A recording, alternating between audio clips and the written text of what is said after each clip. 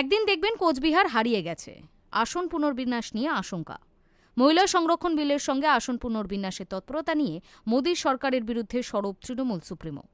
নির্বাচনী জনসভা থেকে ফের একবার রাজ্য ভাগের আশঙ্কা মমতা বন্দ্যোপাধ্যায়ের।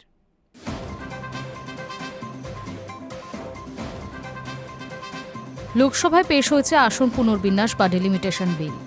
মহিলা সংরক্ষণ বিলের সঙ্গে আসন পুনর্বিন্যাসের তৎপরতা নিয়ে মোদী সরকারের বিরুদ্ধে সরব হলেন তৃণমূল সুপ্রিমো। নির্বাচনী জনসভা থেকে ফের একবার রাজ্য ভাগের আশঙ্কা মুখ্যমন্ত্রীর। তিনি বলেন, টুকরো টুকরো করে দিয়েছে দেশটাকে। একদিন দেখবেন কোচবিহারটাই হারিয়ে গেছে।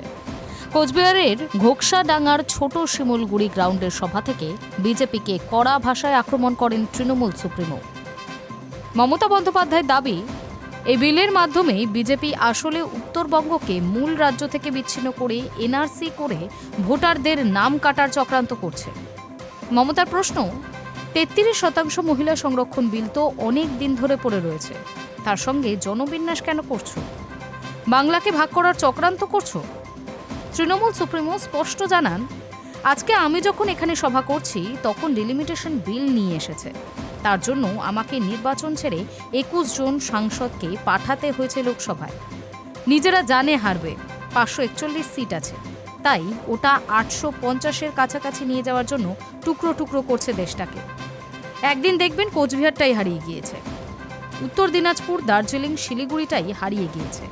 এদের লজ্জা, ঘৃণা, ভয় নেই।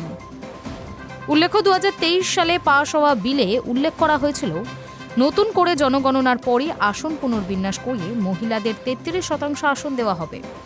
কিন্তু এখন মোদী সরকার চাইছে ২০১১ সালের তথ্যের ভিত্তিতেই লোকসভার আসন বাড়িয়ে ৮৫০ করে দিতে।